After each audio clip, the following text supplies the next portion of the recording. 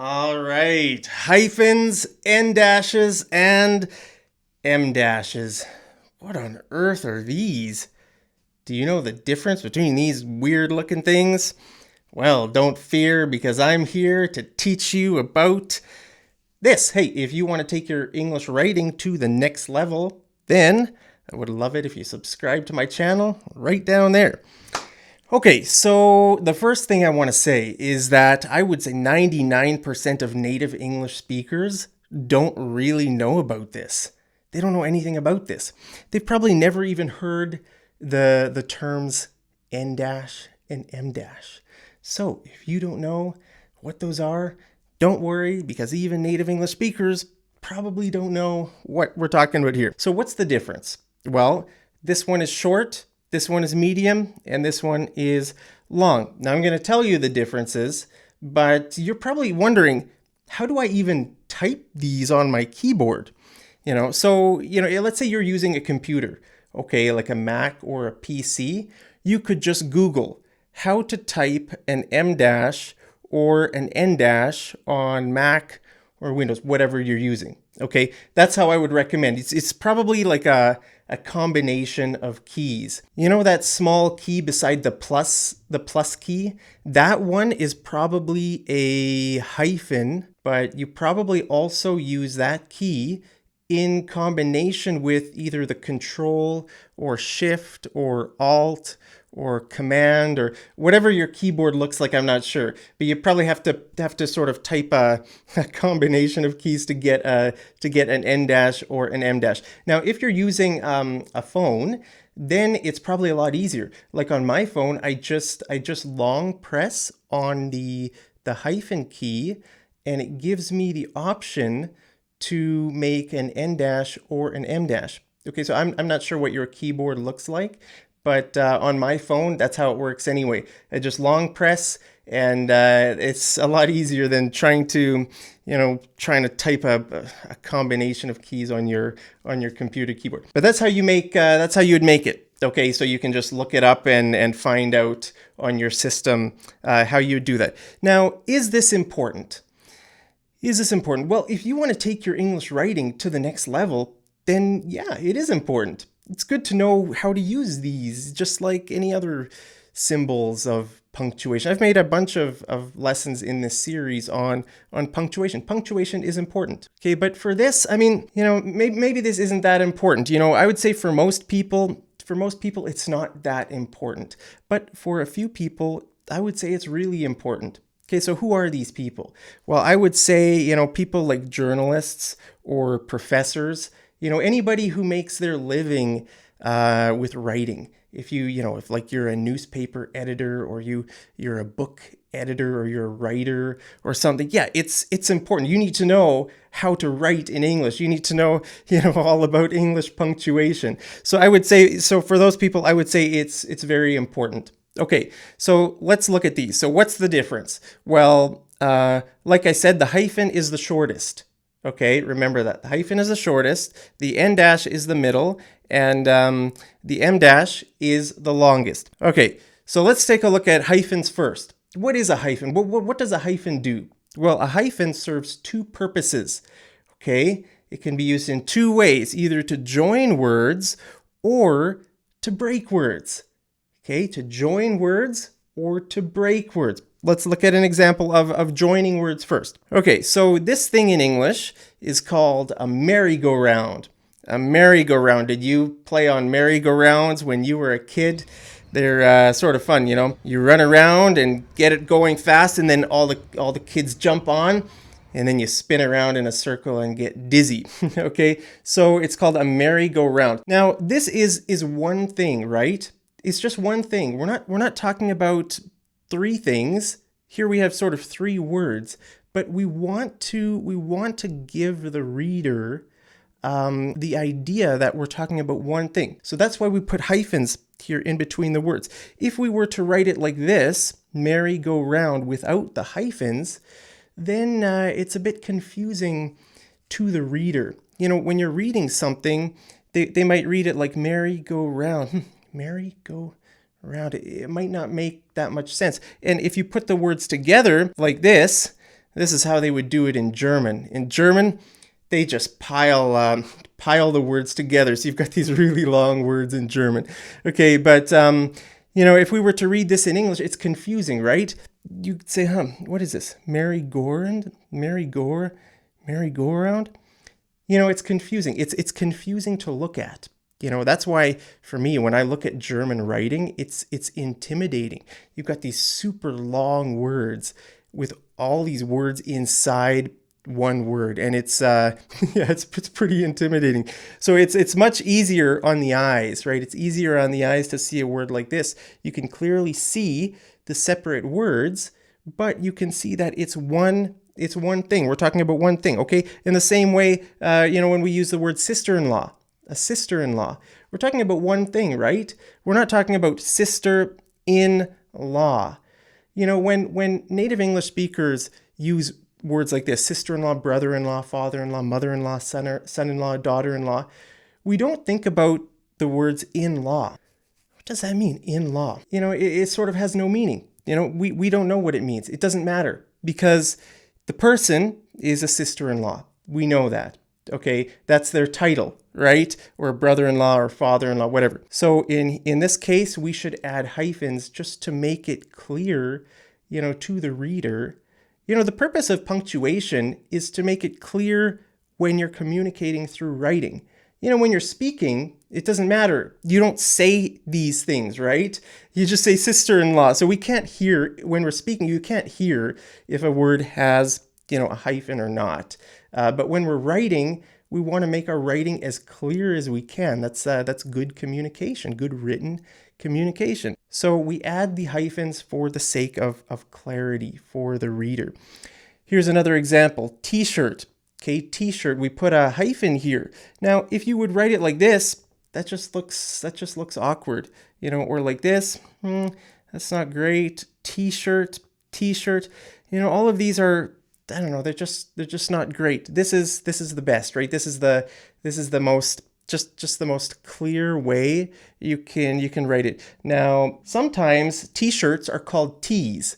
Okay, so you can use this word T, but then you have to take away the word shirt. Okay, so you take off the word shirt and you just call it a T. Like this shirt here would be a round neck T, a round neck, right? It's round. Some T-shirts, some T's are a V-neck, right? A V-neck comes down to a point. This is not a V-neck. This is a round neck. Okay, so there's another example of how we can use a hyphen to sort of join words. Now, let's take a look at the second way we can use hyphens, and that's to break words apart. Okay, break words. Have you ever heard of that? Now, this is not very important, okay? But I just want to give you an example just for your information. Okay, so I always smash like on Mark's videos because they're so awesome. Okay, always smash like. Thank you to everybody who always smashes like. Okay, so look at these two words, because and awesome. Okay, you can see a hyphen. Now, why is that hyphen there? Well, that hyphen is there because these words were too big to put on the whole line.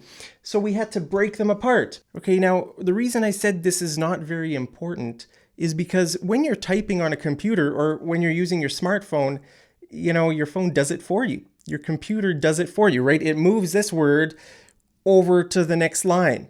Okay, it probably won't do this. It'll probably actually move the whole word over. Okay, but if you're ever doing handwriting and you have this problem, you know, where you want to write part of the word here, then you can use a hyphen. Okay, you can use a hyphen to break the words apart. Now, the only thing I'll say about this is if you want to break a word apart, it has to be at a syllable break. Okay, so if you look at these two words, right, because and awesome, they each have two syllables, right? So we have to break them at the syllable break, right? Like awesome, right? We have to break it here. You can't break it here. You can't break it here. You can't break it here or there, because that's not where the syllable break is, right? Words have syllable breaks, right? Listen, awesome, awesome, right? The break is after awesome, okay? So the break has to come here. You can't put it anywhere else. So that's all I'll say about that. Like I said, it's not very important because your computer or whatever, your phone does it for you. So just forget about it. Okay, now let's talk about endashes. Okay, what is an endash? Well, endashes are very easy. You only use them in one case. Okay, so we use it as the word through or to. Okay, so the endash, hey, look at that.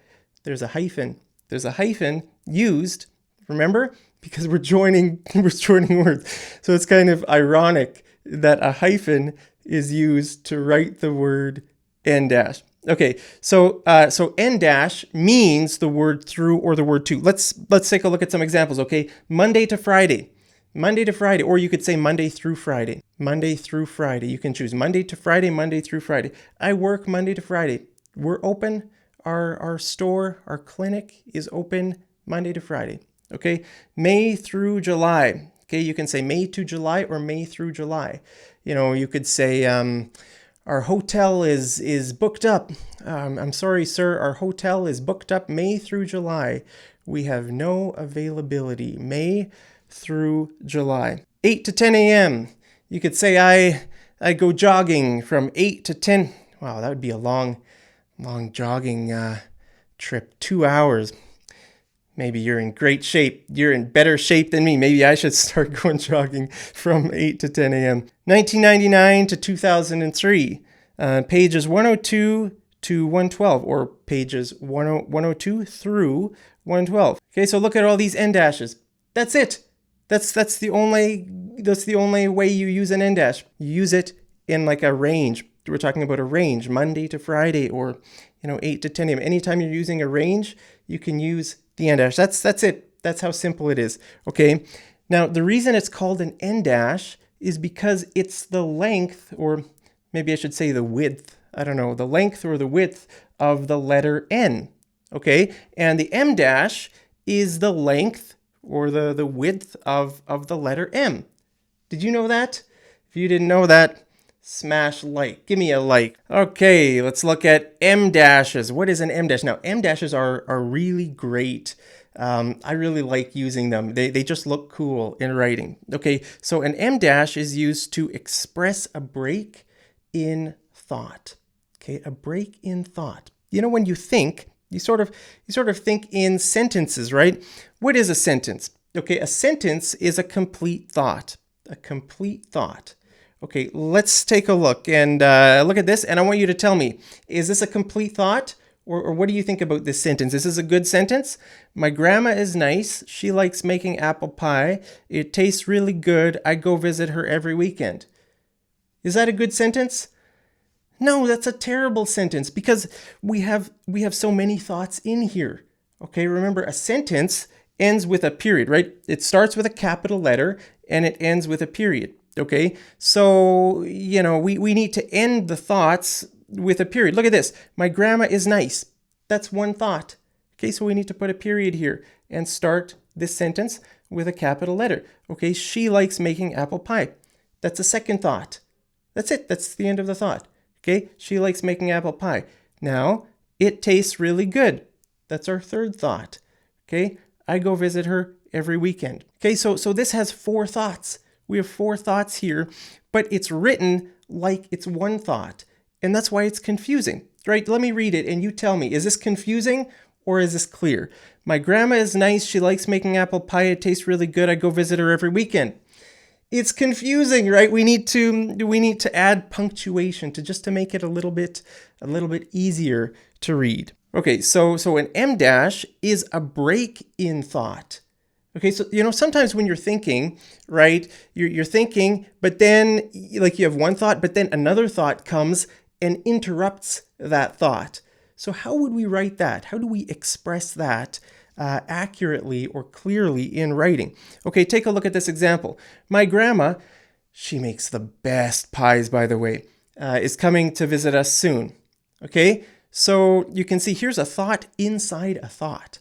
Okay, so our first thought is my grandma is coming to visit us soon. My grandma is coming to visit us soon. That's one thought. But when we started that thought, when we started talking, another thought came in and sort of came in the middle of that thought, right? My grandma, by the way, she makes the best pies. She makes the best pies, okay? And then we can finish, you know, if we want, we can finish the first thought. So in this case, we can use Mdashes to sort of set apart this thought, sort of to show that this thought is in the middle of our first thought. Okay, or you can use an Mdash like this. I'm afraid of two things, spiders and snakes. I'm afraid of two things, spiders and snakes. Are you afraid of spiders and snakes? I hope I'm not the only one afraid of spiders and snakes. They give me the willies. They give me the, that's called the willies. They give you the willies if something sort of scares you or something sort of creeps you out. You can say it, they give me the willies. Okay, so actually another way we can write this is with a colon, and it's sort of the same idea, right? So sometimes in English, punctuation is flexible. You know, sometimes a lot of things are flexible in English. Grammar, spelling, punctuation, you know, it's you can choose. It's your choice, okay? So just remember that sometimes things aren't fixed. Don't try to memorize a certain way to do it. You know, there are some different options, okay? So this is the Mdash, right? Now the Mdash can actually be used in situations where all of these punctuation marks could be used. Okay, so this is a comma, a colon, a semicolon, and these are parentheses. Okay, so we could use an Mdash in situations where we could also use these punctuation symbols. So like I said, it's a bit flexible. Now, I would say the unique thing about the Mdash, okay, it's sort of what it sort of means is it's sort of a strong break. Okay, so why you would choose the Mdash over some other symbols is that this one represents a stronger break, more of like a sudden break, or sort of an unpredictable break. Okay, let's look at an example. Okay, I can't wait for the, oh, by the way, I'm allergic to seafood. Okay, I'm allergic to seafood. Look at this. This thought just got completely cut off. It's a very sudden, very unpredictable break, right? The person didn't even finish talking. We don't even know what their thought was, right? Maybe it was, I can't wait for the party. I can't wait for the, and then you suddenly, you thought about something you wanted to say. Oh, by the way, I'm allergic to seafood. Okay, so you didn't even finish this sentence. You didn't finish your first thought, and you just said this. Okay, so sometimes this is called stream of consciousness writing. Stream of consciousness. Okay, your consciousness is your thoughts. So, you know, like the way you think is sometimes not very organized, right? We don't think in perfect, complete sentences, right? Sometimes our thoughts are sort of jumbled. Jumbled means sort of disorganized, right? You're thinking something and then suddenly you're thinking something else, and right, that's called stream of consciousness. So how do we write that? How do you accurately, you know, write that in English? Well, this is you can use Mdashes. I think that's a good addition to your toolkit if you want to write stream. Sorry, my throat was a bit dry. So now a question you might have is, should there be a space before and after the Mdash? Okay, should there be a space? Okay, so look at the last sentence, right? I can't wait for the, so here we have the Mdash. Should there be a space in between the and here and here? Like, should there be a space before and after? Should it be written like this with no space, or should it be written like this with a space? Well, just like everything else in my life, I turned to Google for the answer. And this is what Google told me, okay? The Mdash is typically used without spaces on either side, okay? But most newspapers, however, set the Mdash off with a single space on each side, okay? So saying newspapers, I don't know why, but you know, if you're a newspaper writer, maybe you should know this. You should put a space, you know, on either side of the Mdash. But for most writing, you know, it's you just leave the spaces off. That's what I would say. I think when I use it, now I haven't used this a lot in my writing, but I'm going to use it more. After this lesson, I'm going to use these symbols more. You know, I'm going to use Mdashes, I'm going to use Endashes, hyphens. I'm going to try to use them, you know, a little bit more in my writing, especially the Mdash, because you know, the Mdash is kind of cool, especially for stream of consciousness writing. Like I said, the Endash only has one purpose, right? To sort of set apart a range, Monday to Friday. Whereas this is kind of used, the Mdash is used in sort of different situations. Okay, so about the space, it's your choice. Like I said, a lot of stuff in English is your choice. For my writing, I think it's better to use it without the space. All right, so hyphen dash Mdash, getting all confused. Hyphen, Endash, and Mdash. Remember, hyphen is the shortest, Endash is the medium length one, and Mdash is the longest. Hyphens are used to join words and to break words apart. Endashes are only used in one situation, which is to express a range, right? Monday to Friday. Mdashes are sort of used as sort of a normal punctuation symbol, like maybe a comma or a colon, sort of to give the sentence a rhythm, you know, to sort of express like a break in thought, or, you know, I don't know, you know, like in my spider example, you know, there are two things I'm afraid of: spiders and snakes. You know, I'm sort of pausing there, right, before I tell you spiders and snakes. But like I said, you could use some other symbols to express that. Anyway, there's just a quick summary for you. I hope that clears up any confusion you might have had about these symbols. They're really similar, right? So it's understandable that a person would be confused. If you're confused, don't worry, but I hope you're not confused anymore. If you have any questions, let me know your questions down there in the comments. But hey, let's do some homework, okay? I want you to write a comment and use all 3 punctuation marks in your comment. They don't need to be in the same sentence, but try to use all 3 punctuation marks in the same comment. Okay, so that's your homework for today. I hear a loud truck driving by. See, that just interrupted my thoughts, so I could use an Mdash to write out that sentence. Anyway, let me know your homework down there in the comments. Hope you guys are having a great day, as usual, wherever you are. And hey, I'll see you over in the next episode of Mad English TV. Take care.